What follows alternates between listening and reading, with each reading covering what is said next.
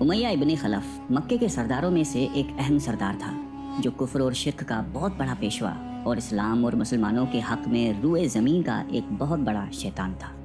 एक दिन उसको पता चला कि उसके किसी गुलाम ने बुतों को पूजने से इनकार करके किसी और को माबूद बना रखा है। उसने गुलाम को फौरन बुलाकर ये पूछा कि मैंने सुना है कि तुमने कोई और माबूद बना लिया है, सच सच बताओ कि तुम किसकी इबादत करते हो। गुलाम ने कहा कि मोहम्मद सल्लल्लाहु अलैहि वसल्लम के खुदा की। उमय्या गुस्से से लाल पीला हो गया और कहने लगा कि मोहम्मद की खुदा की परस्तिश करने का ये मतलब हुआ कि तुम हमारे मुक़द्दस बुतों के दुश्मन बन गए हो। सीधी तरह राह पे आ जाओ वरना जिल्लत के साथ मारे जाओगे। मैं ये हरगिज़ बर्दाश्त नहीं कर सकता हूँ कि तुम बुतों की पूजा करने वाले के गुलाम रहकर मोहम्मद के खुदा की परस्तिश करो। वो गुलाम जो तौहीद का सच्चे दिल से शदाई हो चुका था, उसने बेधड़क उमय्या को जवाब दिया कि मेरे जिस्म पर तो तुम्हारा जोर चल सकता है, लेकिन मैं अपना दिल और अपनी जान मोहम्मद सल्लल्लाहु अलैहि वसल्लम और उसके खुदा के पास रख चुका हूँ। अब अल्लाह की इबादत ही मेरी ज़िंदगी का मकसद है और तुम्हारे खुद से बनाए हुए बुतों को पूजना मेरे बस की बात नहीं है। ये जवाब सुनकर उमय्या बिन खलफ गैज़ व गज़ब से दीवाना हो गया। एक गुलाम ने उसे बेधड़क जवाब दे दिया। उसने कड़क कर कहा कि अच्छा, तो फिर अपनी बेदीनी का मजा चुका, देखूंगा मैं कि मोहम्मद और उसका खुदा तुझे कैसे बचाते हैं। उमय्या के तशद्दुद शुरू हो गए। मक्का की ज़मीन गर्मी के सबब बड़ी मशहूर थी। उमय्या अपने गुलाम को दोपहर की तपती धूप में ज़मीन पर लिटाकर सीने पर भारी पत्थर रख देता था कि वो करवट ना ले सके। फिर कहता था कि मोहम्मद के दीन से बाज आ जाओ। लेकिन इस जुल्म के बावजूद भी उस गुलाम के मुंह से सिवाय अहद के कुछ नहीं निकलता था। उमय्या मजीद गज़बनाक होकर अजियतें मजीद बढ़ाता जाता। एक मरतबा तो उमय्या ने जुल्म की इंतहा कर दी। पूरा एक दिन और पूरी एक रात गुलाम को भूखा प्यासा रखा और तपती हुई रेत पर लेटाकर उसे तड़पने का तमाशा देख रहा था। उसकी ये कोशिश भी गुलाम को हक से न हटा सकी। आखिर थक हार कर उमय्या ने मक्के के बदमाश लड़कों को बुलाया और उनसे कहा कि इस गुलाम को इतनी अजियतें दो कि ये मोहम्मद और उसके खुदा का नाम लेना भूल जाए। ये लड़के उमय्या की खुशी हासिल करने के लिए उस बेबस गुलाम को बुरी तरह मारते पीटते थे। जिस्म के कपड़े उतरवा कर लोहे की चादरें पहनाकर तपती धूप में खड़ा कर देते थे, लेकिन गुलाम की ज़बान से अहद के सिवा कुछ नहीं निकलता था।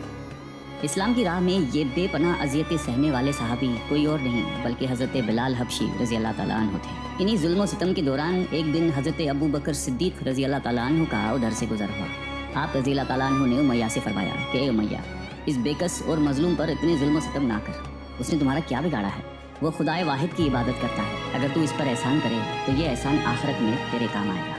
उस पर उमय्या ने निहायत हकारत से कहा कि मैं तुम्हारी इस ख्याली आखिरत के दिन को नहीं मानता। जो मेरे दिल में आएगा मैं तो वही करूँगा।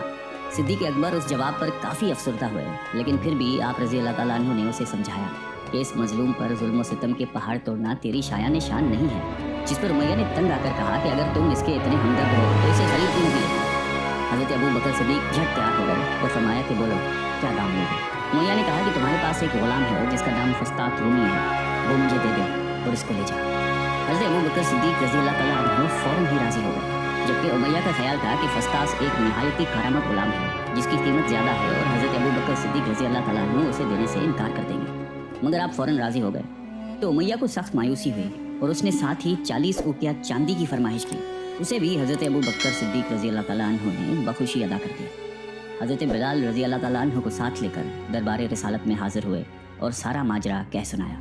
आप सलातो सलाम निहायत ही खुश हुए और फरमाया कि अबू बकर, इस कार खैर में मुझे भी शरीक कर दो। सिद्दीक़ अकबर रज़ी अल्लाह ताला अन्हु ने फरमाया कि या रसूल अल्लाह, मैं इसे खुदा की राह में आज़ाद कर चुका हूँ। ये सुनकर ज़बान रिसालत से सिद्दीक़ अकबर रज़ी अल्लाह ताला अन्हु के लिए कलमा रहमत जारी हो गई। हज़रत बिलाल रज़ी अल्लाह ताला अन्हु ने इस ग़ुलामी में 28 साल गुजार दिए, लेकिन आप चूँकि नहायती नेक और पाकीज़ा तबीयत के थे, लिहाजा जब हज़रत सल्लल्लाहु अलैहि वसल्लम ने दावत तौहीद दी तो आपने फ़ौरन उसे कबूल कर लिया और यूँ आप साबिक़ुल अव्वलून के मुक़द्दस जमात में शामिल हो गए। रिहाई पाने के बाद हज़रत बिलाल हमेशा आप सल्लल्लाहु अलैहि वसल्लम की खिदमत में हाजिर रहते थे और दिलो जान से नबी पाक सल्लल्लाहु अलैहि वसल्लम की खिदमत बजा लाते। आप सलातो सलाम हज़रत बिलाल को किसी भी चीज़ का हुक्म देते तो आप अपनी जान भी लड़ा देते। ग़ज़वा बदर से लेकर ग़ज़वा तबूक तक तमाम ग़ज़वात में शामिल रहे, लेकिन हज़रत बिलाल की इस्लाम के लिए सबसे बड़ी खिदमत और उनके लिए सबसे बड़ी सआदत इस्लाम का सबसे पहला मौज़िन होना है। हिजरत के बाद जब मस्जिद नबवी सल्लल्लाहु अलैहि वसल्लम तामीर हुई तो आप सलातो सलाम ने आपको अज़ान देने का ज़िम्मा सौंपा। आपकी आवाज़ नहायती दिल नशीं थी اور اس میں ایک ایسی تاثیر تھی کہ اذان کی آواز سن کر لوگ سب کام چھوڑ چھاڑ کر مسجد کی طرف دوڑتے۔ 8 ہجری میں جب مکہ فتح ہوا تو کعبے کو بتوں سے پاک کرنے کے بعد آپ صلی اللہ علیہ وسلم نے حضرت بلال سے فرمایا کہ اے بلال، کعبے کی چھت پر کھڑے ہو کر اذان دو۔ اور یہ مبارک سلسلہ آن حضور صلی اللہ علیہ وسلم کی حیات مبارکہ تک اسی محبت اور عقیدت کے ساتھ جاری رہا۔ لیکن 11 ہجری میں جب آپ صلی اللہ علیہ وسلم نے سفر آخرت اختیار کر لیا تو اس عاشق رسول صلی اللہ علیہ وسلم پر غم کا پہاڑ ٹوٹ پڑا اور مدینے میں رہنا اب آپ کے لیے دشوار ہو گیا۔ آپ کو ہر وقت پیارے نبی صلی اللہ علیہ وسلم کی یاد ستاتی رہتی تھی۔ آپ صلی اللہ علیہ وسلم سے آپ نے سنا ہوا تھا کہ مومن کے لیے سب سے افضل عمل جہاد فی سبیل اللہ ہے، لہٰذا آپ رضی اللہ تعالیٰ عنہ خلیفہ اول حضرت ابو بکر صدیق کی خدمت میں حاضر ہوئے اور جہاد پر جانے کی اجازت طلب کی۔ لیکن حضرت ابو بکر صدیق رضی اللہ تعالیٰ عنہ نے آپ کو خدا کا واسطہ دے کر کہا کہ مجھے اس بڑھاپے میں تنہا چھوڑ کر مت جاؤ۔ تو حضرت بلال نے اس شرط پر ابو بکر صدیق رضی اللہ تعالیٰ عنہ کی بات مان لی کہ اب وہ رسول اللہ کے بعد کسی کے لیے اذان نہیں دیں گے۔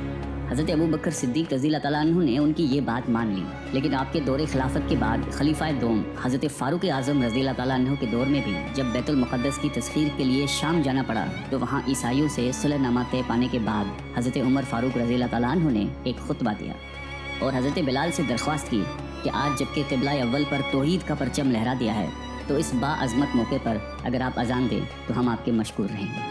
حضرت بلال نے یہی اذان دینی شروع کی تو صحابہ کرام کو عہد نبوی کی مبارک یاد تازہ ہو گئی اور ان پر رخت طاری ہو گئی۔ شام کے معرکے کے بعد حضرت بلال نے شام ہی کے ایک گاؤں میں رہائش اختیار کر لی، کیونکہ مدینے میں ہر وقت آپ کو آپ صلی اللہ علیہ وسلم کی یاد ستاتی رہتی تھی۔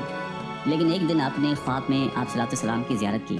آپ ان سے فرما رہے تھے کہ اے بلال، کیا ابھی وقت نہیں آیا کہ تم ہماری زیارت کے لیے آؤ؟ اس خواب نے آپ کو بہت تڑپا دیا اور آپ بےتاب ہو کر فوراً مدینے روانہ ہوئے۔ مدینے پہنچ کر حضرت بلال نے روزہ اقدس پر حاضری دی اور اس درد سے روئے کہ حاضرین بھی اشک بار ہوئے۔ وہیں حضرت امام حسن رضی اللہ تعالیٰ عنہ اور حضرت حسین رضی اللہ تعالیٰ عنہ بھی موجود تھے۔ نانا کے پیارے نواسوں کو آپ نے اپنے ساتھ چمٹایا اور بے تحاشا چومنے لگے۔ حضرت حسن رضی اللہ تعالیٰ عنہ اور حسین رضی اللہ تعالیٰ عنہ نے آپ سے اذان فجر کی فرمائش کی، بھلا اس میں رد کرنے کی کہاں گنجائش تھی۔ اگلے دن جب فجر کا وقت ہوا تو آپ نے اذان دینی شروع کی۔ لوگوں کی عہد رسالت کی یاد تازہ ہو گئی اور لوگ اس طرح روتے ہوئے مسجد کی جانب چلنے لگے جیسے کہ نبی پاک صلی اللہ علیہ وسلم کا دور واپس آ گیا ہو۔ ایسا دردناک منظر اس کے علاوہ کبھی دیکھنے میں نہیں آیا۔ حضرت بلال حبشی رضی اللہ تعالیٰ عنہ نے 60 سال کی عمر میں وفات پائی۔ آپ کا مزار دمشق میں ہے۔ آپ کو دربار رسالت میں خاص مقام